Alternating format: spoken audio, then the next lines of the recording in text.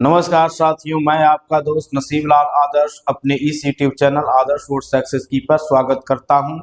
आप सभी को ये जो एग्ज़ाम चल रहा है उसी को ध्यान में रखते हुए मैं कल जो एग्ज़ाम होने जा रहा है आप लोगों का, उसके लिए एक 80 क्वेश्चन का सीरीज लेकर के आ रहा हूं। इसको अपने एग्जाम में जाने से पहले एक बार अवश्य देख लीजिए। इससे अधिकांश क्वेश्चन जो है आपके एग्जाम में लड़ने वाला है, आपके एग्जाम में आने वाला है। उससे भी बड़ी बात यह है विद्यार्थी कि मैं इसमें टाइम कंजप्शन नहीं लिया हूं। मैं इसमें इस वीडियो में आपको ये 80 क्वेश्चन मात्र 15 से 20 मिनट के अंदर में करके दूंगा, क्योंकि मैं इसका कोई डिस्क्रिप्शन लेके नहीं चल रहा हूँ। केवल आप आंसर एक बार देख लेंगे और आपको एग्जाम में ऐसे ही ऑप्शन और क्वेश्चन मिलेंगे तो आप आसानी से इसको बना पाएंगे कम समय में। इसीलिए मैं एक छोटा सेशन करते हुए आप लोग को ये वीडियो अपलोड कर रहा हूं। देख लीजिए आप लोग इसको, उसके बाद ही एग्जाम में जाइए, ज्यादा बेहतर होगा। पहला क्वेश्चन है विद्यार्थी, अवतल दर्पण से परावर्तन के बाद किरण किस बिंदु से गुजरेगी? तो इसका आंसर हो जाएगा, देखिए आप क्वेश्चन में होना चाहिए था कि अवतल दर्पण के प्रधान अक्ष के समांतर आपतित किरण परावर्तन से कहां से गुजरेगी। क्वेश्चन थोड़ा अधूरा है बेटा, इसका आंसर फोकस होगा अगर ऐसा रहेगा कि प्रधान अक्ष के समानांतर है ना। ज्यादा डिटेल नहीं करेंगे। यदि एक प्रतिबिंब का आकार हमेशा वस्तु के बराबर हो तो दर्पण कैसा होगा? तो दर्पण समतल के द्वारा जो है हमेशा बनता है कैसा? हमेशा वस्तु के बराबर प्रतिबिंब बनता है। तो इसका 2 नंबर का सी आंसर हो जाएगा। देखा जाए तो दो समानांतर समतल दर्पण के बीच रखी वस्तु का कितने प्रतिबिंब बनेंगे? तो वो अनंत हो जाएगा। क्या हो जाएगा बेटा? अनंत हो जाएगा। किसी समतल दर्पण की फोकस दूरी का मान होता है, कोई समतल दर्पण है तो फोकस क्या होगा? अनंत पर होगा। कहाँ होगा? अनंत पर। इसका बी हो जाएगा। 5 नंबर अगर क्वेश्चन देखा जाए तो इसका है, गोलीय दर्पण के ध्रुव से वक्रता केंद्र की दूरी क्या कहलाता है? वक्रता त्रिज्या कहलाता है। आराम से आप लोग इसको कर सकते हैं, कहीं कोई दिक्कत नहीं है। प्रकाश तंतु में प्रकाश का क्या होता है? तो इसमें पूर्ण आंतरिक परावर्तन होता है। क्या होता है? पूर्ण आंतरिक परावर्तन होता है। सघन माध्यम से विरल माध्यम में जाती हुई किरणें क्या होती है? सघन से अगर विरल में जा रहा है तब विलंब से दूर हटेगा, और इसी का उल्टा रहता, अगर विरल से सघन में जाता तो विलंब की ओर मुड़ता। तो ये चीजें हैं। निम्नांकित में किस लेंस की फोकस दूरी ऋणात्मक होती है? तो अवतल लेंस की जो है क्या होगी? ऋणात्मक। अवतल का क्या होता है? धनात्मक। ध्यान रखिएगा। निम्नलिखित में किसका अपवर्तनांक जो है, किसका अपवर्तनांक जो है सबसे अधिक होता है? हीरा का अपवर्तनांक बेटा सबसे अधिक होता है। नेक्स्ट है बच्चों, नेक्स्ट है स्विच लगाए जाते हैं। ये गलत कोई बच्चा लगाया है, इसका आंसर गलत लगाया हुआ है। ये इसका आंसर जो है क्या होना चाहिए? हमेशा धनात्मक तार में लगाना चाहिए, है ना। इसमें है वोल्टा V1 पर शक्ति P1 का एक प्रतिरोध वोल्टा V2 पर शक्ति P2 के प्रतिरोधक का श्रेणी जुड़ा हुआ है। तो यहाँ पर R बराबर होता है V बटा P, तो R बराबर V स्क्वायर बटा P होता है, और श्रेणी क्रम में सीधा सीधा जोड़ा जाता है। तो जोड़ करके आंसर क्या लाया है? ये बच्चा सही मारा हुआ है। ये 12 नंबर का ए आंसर हो जाएगा। नेक्स्ट देख लीजिए आप लोग, निम्नांकित में कौन से अभिव्यक्ति विद्युत परिपथ की विद्युत शक्ति को निरूपित करता है? यानी P बराबर, ये सारे के सारे फॉर्मूला सही है, बच्चा सही मारा है।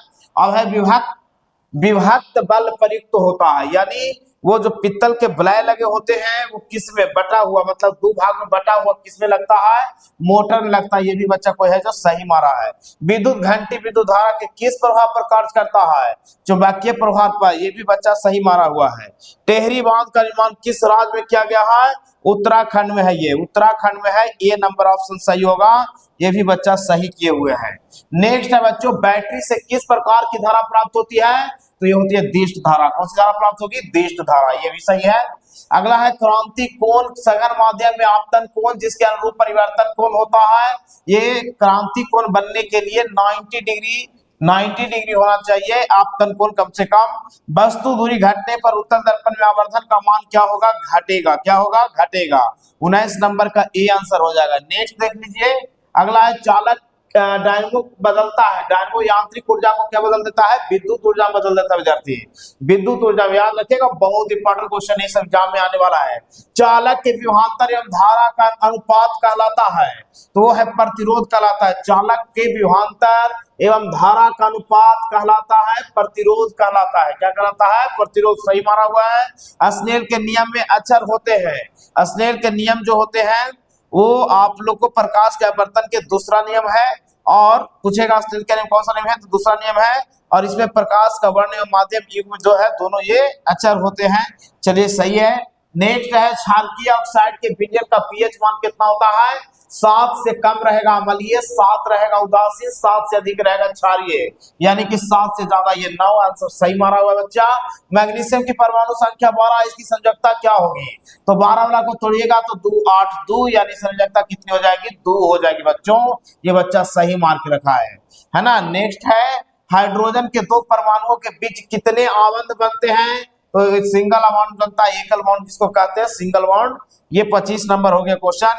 एल्कीन का समान सूत्र क्या है? देखो बेटा यहाँ पे +2 क्या हुआ है? CnH2n +2, ये एल्केन का है।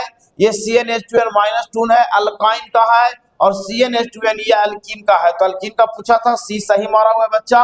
सबका बता दें, इसमें से कोई ना कोई एग्जाम में जरूर आएगा, ध्यान दीजिएगा आप लोग, याद करके ही जाइएगा इसको। निम्नलिखित में कौन सक्रियता श्रेणी में सबसे अधिक क्रियाशील धातु है? सबसे ज्यादा क्रियाशील इन सब में जो है सोडियम है। क्या है? Sodium, Na। तो ये आंसर हो जाएगा डी। लिथियम, सोडियम और पोटेशियम के बॉटम शेल में कितने इलेक्ट्रॉन विद्यमान है? तो इसका बेटा एक होता है, एक होता है, आप लोग ध्यान रखिएगा। आर्गन की परमाणु संख्या सब लोग याद होगा, सब लोग को 18 होता है। कितना होता है? 18 होता है बेटा। 30 तक आप लोग परमाणु संख्या याद करके जाना, इतना ही में से कोई पूछ सकता है आप लोग से। कमरे के ताप पर द्रवावस्था में रहने वाली धातु कौन सा है? अधातु पूछा है तो ब्रोमीन होगा, एकदम बच्चा सही मारा हुआ है। अगर धातु पूछता तो पारा होता आंसर, ध्यान रखना है ना, गलती नहीं करना है।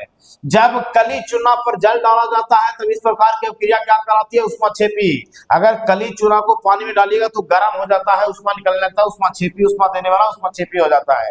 निम्नलिखित में से कौन उपधातु है? उपधातु जो है Sb है ना। Sb सही मारा हुआ है ये। निम्नलिखित में कौन शराब के रूप उपयोग होता है? शराब जो पीने वाला है वो कौन सा धातु ये उपयोग करता है यौगिका? वो है बेटा एथेनॉल। क्या है? एथेनॉल सही है। C2H5OH इसका फॉर्मूला होता है। यहाँ पर देख लीजिए, एक ये है और एक ये है। CH3 CH2OH है और CH3O CH3 है, यानी कि इसमें अवयवों की संख्या दोनों में बराबर है और क्रियाशील बदला हुआ है। इसमें अल्कोहल ग्रुप है, इसमें कीटोन ग्रुप है ना। तो क्या हो जाएगा इसमें हो जाएगा क्रियाशील सहयोगी, है ना। निम्नांकित में कौन मुक्त बायोगैस के संगठक है? बायोगैस में क्या रहता है? मेन रूप से मीथेन रहता है। विद्युत अपघटनीय परिष्करण में शुद्ध धातुओं को बनाया जाता है, किस पर बनाया जाता है? एनोड का बनाया जाता है ना। और ड्यूरा एल्यूमिनियम किस धातु का मिश्र धातु है? तो एल्युमिनियम का है। इसमें 95% तक एल्युमिनियम रहता है, बाकी के और भी रहते हैं। अगला है एसिटिक एसिड का IUPAC से नाम क्या हो जाएगा? ये हो जाएगा एथेनोइक एसिड। ये भी सही मारा हुआ बच्चा। एथेनॉल को सांद्र H2SO4 के साथ 170 डिग्री सेंटीग्रेड पर गर्म करने पर निम्नलिखित में कौन से धातु बनेगा? तो ये बनेगा एथीन। एथीन बनेगा, C2H2 सही है। निम्नांकित में कौन सी धातु ठंडे और गर्म जल से अपक्रिया नहीं करता है? तो देखिए ये गलत मान लिया बच्चा। ठंडे और गर्म जल से अपक्रिया न करने वाला आपका आयरन हो जाएगा। क्या हो जाएगा? आयरन हो जाएगा। निम्नांकित में कौन रेडॉक्स अभिक्रिया है? रेडॉक्स अभिक्रिया में है ऑक्सीजन जो है निकलेगा या जुड़ेगा, हाइड्रोजन निकलेगा या जुड़ेगा। तो ऐसा इस चारों में से इसी में होता हुआ दिखाई दे रहा है, यानी ए नंबर आंसर सही होगा। निम्नलिखित में से कौन सी धातु प्रकृति में मुक्त अवस्था में पाई जाती है? तो ये सोना है। सोना में ज्यादातर कुछ अशुद्धि नहीं रहता है, मुक्त अवस्था में रहता है। भोजन के पाचन के लिए हमारे पेट में कौन सा एसिड बनता है? HCl बनता है, एकदम सही है ना। बायोलॉजी का एकदम इजी क्वेश्चन है और आने वाला क्वेश्चन है। क्षार के जलीय विलयन का स्वाद क्या होता है? कड़वा, है ना। जो क्षार होगा वो कड़वा और जो अम्ल होगा खट्टा, है ना। तो यहाँ पे हो जाएगा कड़वा सही आंसर। निम्नलिखित में कौन संक्षारक अम्ल है? सल्फ्यूरिक एसिड जो है बड़ा ही संक्षारक होता है ना। बहुत जल्दी अगर स्किन से टच करेगा जल जाएगा। शरीर में भोजन का पाचन जो है निम्नलिखित में किस प्रकार की अभिक्रिया है? उपचयन अभिक्रिया है, एकदम सही है। लौह चूर्ण पर तनु हाइड्रोक्लोरिक एसिड डालने पर कौन सी क्रिया होती है? तो इसमें हाइड्रोजन गैस निकलता है और फेरस क्लोराइड बनता है, एकदम सही है। नेक्स्ट देख लीजिए आप लोग, निम्नांकित विलयनों में कौन सबसे अधिक अम्लीय होगा? पीएच मान जिसका जितना कम होता है वो उतना अम्लीय होता है और पीएच मान जिसका अधिक होता है वो क्षारीय होता है। तो सबसे कम दिख रहा है ये, अर्थात बच्चा ने सही मारा है। पीएच मान 1 जो है सबसे ज्यादा अम्लीय होगा। लौंग का तेल किस प्रकार का सूचक है? तो ये गंध के द्वारा, गंध परिवर्तन के द्वारा, है ना, क्या अम्ल क्षार या लवण होने की जानकारी देता है। अम्ल क्षार के बारे में बताता है। कर्मा कुंचन गति विशेष करके कहाँ पाया जाता है? ग्रास नली में होता है। कहाँ होता है? ग्रास नली में कर्मा कुंचन होता है, जिससे भोजन नीचे से रखता है। अमीबा में पोषण विधि क्या है? अमीबा में पोषण का विधि जो होता है प्राणी संपोषी हलोजेनिक होता है। सी एक अमन का सी सही हो जाएगा। सबसे छोटी अंतःस्रावी ग्रंथियां हैं। सबसे छोटा पिट्यूटरी, जिसको मास्टर ग्लैंड भी कहते हैं, या इंग्लिश में यहाँ पर देख सकते हैं पिनाइल ग्लैंड कहते हैं। ये जो है सबसे छोटा होता है। पौधे के वायवीय भागों से जल के वाष्प के रूप में निष्कासन की क्रिया क्या कहलाती है? वाष्पोत्सर्जन कहलाएगी, है ना। दो तंत्रिका कोशिका के मध्य खाली स्थान को क्या कहते हैं? तो इसको सिनैप्स कहा जाता है। यानी 54 का आंसर ए हो जाएगा। बच्चों ध्यान दीजिए आप लोग, है ना।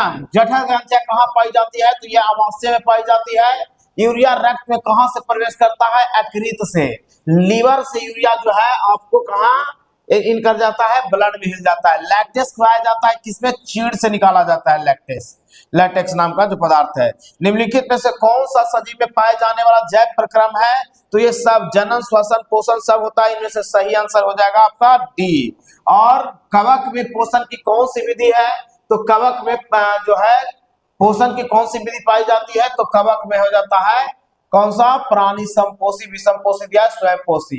तो कवक जो है स्वयंपोषी भी है, विषमपोषी। विषमपोषी हो जाएगा इसका आंसर ऑटोट्रॉफ, है ना, हेट्रोट्रॉप्स हो जाएगा। अस्थि क्या है? एक प्रकार का उत्तक है। मानव हृदय का औसत प्रकुंचन दाब कितना होता है? 120 mmHg होता है। कीटों का प्रमुख श्वसन अंग क्या है? ये फेफड़ा, गिल्स, ट्रैकिया नहीं होता, ट्रैकी होता है, उसमें, है ना, एक नली होती है। इनमें से कोई नहीं होगा आंसर इसका।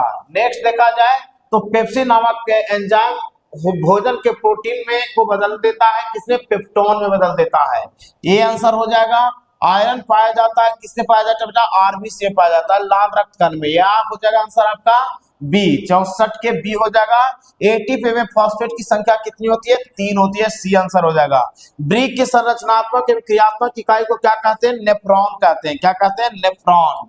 और देखा जाए तो इंसुलिन की कमी के कारण कौन सा रोग होता है? मधुमेह हो जाता है। क्या हो जाता है? मधुमेह। नर हार्मोन क्या होता है? टेस्टोस्टेरोन। टेस्टिस से सेक्रेट होने वाला हार्मोन है टेस्टोस्टेरोन। और निशल कणिकाएं पाई जाती है। निशल कणिकाएं कहाँ पाई जाती है बेटा? निशल कणिकाएं जो है न्यूरॉन में पाई जाती है। कहाँ पाई जाती है? न्यूरॉन में। नेक्स्ट देखा जाए मानव फेफड़ा किस तंत्र का भाग है? तो मानव फेफड़ा जो है श्वसन तंत्र का भाग है। गोबर छत्ता में किस प्रकार का पोषण पाया जाता है? तो यह परजीवी पोषण है, परजीवी पोषण है ना। और लार निम्न में से किस ग्रंथि द्वारा स्थापित होता है? पैरोटीड ग्रंथि के द्वारा। मनुष्य के हार नाल की लंबाई कितनी होती है? 8 से 10 मीटर होती है ना। नेक्स्ट देखा जाए दांतों की अच्छी प्रकार से सफाई नहीं करने पर दांत पर एक जो है परत जमने लगता है, वो क्या कहलाता है? तो दंत फलांग कहलाता है। दंत फलांग कहलाता है ना।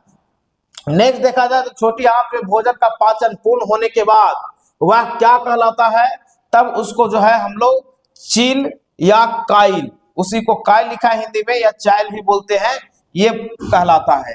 और सीएफसी का व्यापक उपयोग होता है। सीएफसी जो है इन सबसे निकलता है। एयर कंडीशनर में भी, रेफ्रिजरेटर में, जेट इंजन से भी निकलता है, यानी इनमें से सभी हो जाएगा। सूक्ष्म उपभोक्ता का उदाहरण क्या है? सूक्ष्म उपभोक्ता में आपका जीवाणु आता है और कवक भी आता है, यानी डी आंसर हो जाएगा। क्या हो जाएगा? डी आंसर हो जाएगा। निम्न में से किसकी दीवार सबसे मोटी होती है?